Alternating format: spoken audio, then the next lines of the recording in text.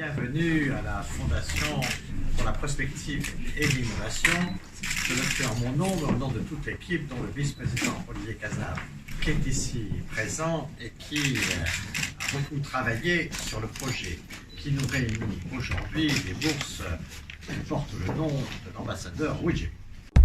La Chine en français. LCF. La Chine en français. Le 9 janvier, la Fondation Prospective et Innovation, l'association Les Amis de Wu Jianming et la Fondation Wu Jianming de Pékin ont lancé la 3e édition de la bourse Wu Jianming. En mémoire de l'ambassadeur de Chine en France, son Excellence Wu Jianming, la bourse a vocation à poursuivre son idéal de dialogue et de paix entre la Chine et la France, notamment à poursuivre les échanges entre la jeunesse française et chinoise. Cette bourse est un très bon mémoire pour M. Wu Jianming, qui a beaucoup contribué aux relations sino-françaises.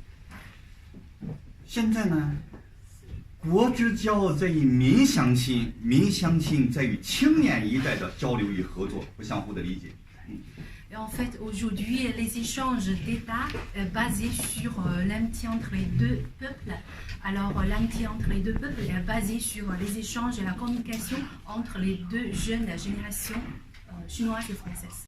Cette bourse permettra à 10 jeunes étudiants français de moins de 35 ans de rencontrer leurs homologues chinois, mais aussi des grandes entreprises chinoises, incubateurs et start-up, des autorités centrales et locales chinoises, des universités, think tanks, au cours d'un voyage découverte de la Chine du 1er au 14 juin 2019.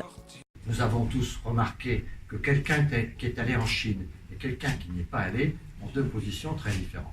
Vous ne pensez pas la même chose quand vous revenez de Chine que quand vous n'êtes jamais allé en Chine. Et donc là, nous avons quand même à réfléchir sur ces sujets, y compris dans un peuple qui a trouvé dans la période récente 2 présidents de la République qui n'étaient pas allés en Chine avant d'entrer en fonction. Ce qui est quand même quelque chose d'assez étrange quand on voit ce qu'est la réalité du monde aujourd'hui. Mais ça veut bien dire que nous avons besoin de développer la connaissance. Quelles conditions doit-on remplir pour obtenir la bourse Wu Jianming? Chaque année, on me pose la question, comment la candidature? Il faut être admissible. Admissible, il faut être déjà détenteur du passeport français. Je m'excuse de l'exprimer sur mes compatriotes, c'est pourquoi français. Parce que c'est de petites bourses. Nous favorisons la première phase, les Français, les jeunes Français, pour qu'ils puissent connaître davantage la Chine.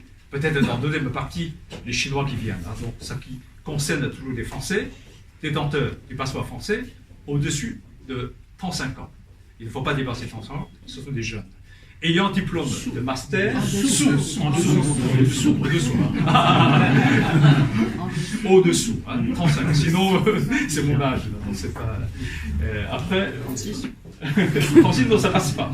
On est très sévère, surtout avec le Lafond, c'est très sévère.